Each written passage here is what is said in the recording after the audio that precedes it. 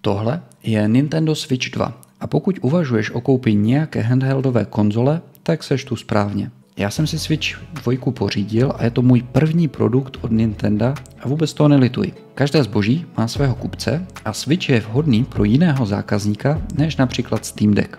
Pojďme si to rozebrat do detailu. Já jsem si Switch 2 pořídil, protože tuhle handheldovou konzoli můžete kdekoliv rozložit a může na ní hrát najednou více hráčů. Dokonce, pokud máte kontroler nebo další joycony, můžete hrát až ve 4 lidech. Tohle žádná jiná přenosná konzole nedokáže. Navíc party hry často zabaví i lidi, kteří běžně videohry nehrají. Pokud obecně moc necestujete nebo necestujete ve více lidech a hledáte alternativu místo počítače, abyste například mohli hrát AAA hry, pak bych se raději podíval po jiném handheldu. Switch 2 není ergonomicky zrovna přívětivá.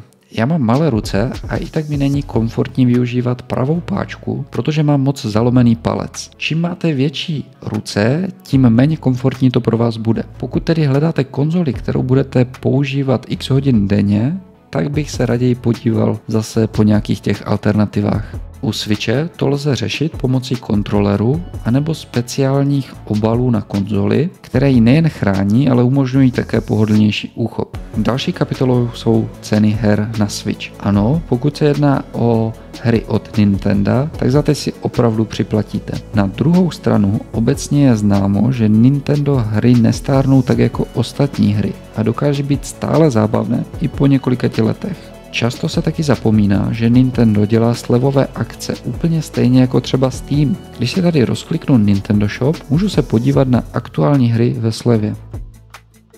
Jednou z nejčastějších otázek je, jak je ta konzole výkonná. Nintendo udělalo zajímavou věc, věděli, že na každém benchmarku se hodnotí Cyberpunk, tak vytvořili ve spolupráci s vývojáři speciální verzi pouze pro Switch. Ale teď za tu hru chtějí 17 stovek. A to připomínám, že Cyberpunk vyšel 2020. Na druhou stranu je úctyhodné, že hra běží plynule na 30 fps, po případě podle nastavení na 40 fps. Pro mě osobně tohle není hra, kterou bych chtěl hrát na přenosné konzoli. Já na to mám počítač a taky si myslím, že jakoukoliv AAA hru bude mnohem lepší si vychutnat právě na počítači. Já na handheldu chci hrát hry, které bych si nekoupil na počítač. Tím myslím třeba 2D skákačky nebo závodní hry. Jsou to hry, co zapnu a kdykoliv si je můžu přerušit a následně pokračovat bez toho, abych se vytrhl z příběhu. A Switch mi navíc rozšiřuje knihovnu her, které nemohu hrát na jiných handheldech. Abych to tady shrnul. Pokud chcete cenově dostupnější alternativu za počítač, na které budete hrát denně, pořiďte si raději třeba Steam Deck. Pokud chcete handheld, který zabaví celou rodinu, ať už doma nebo na cestách, pak je Switch 2 pro vás.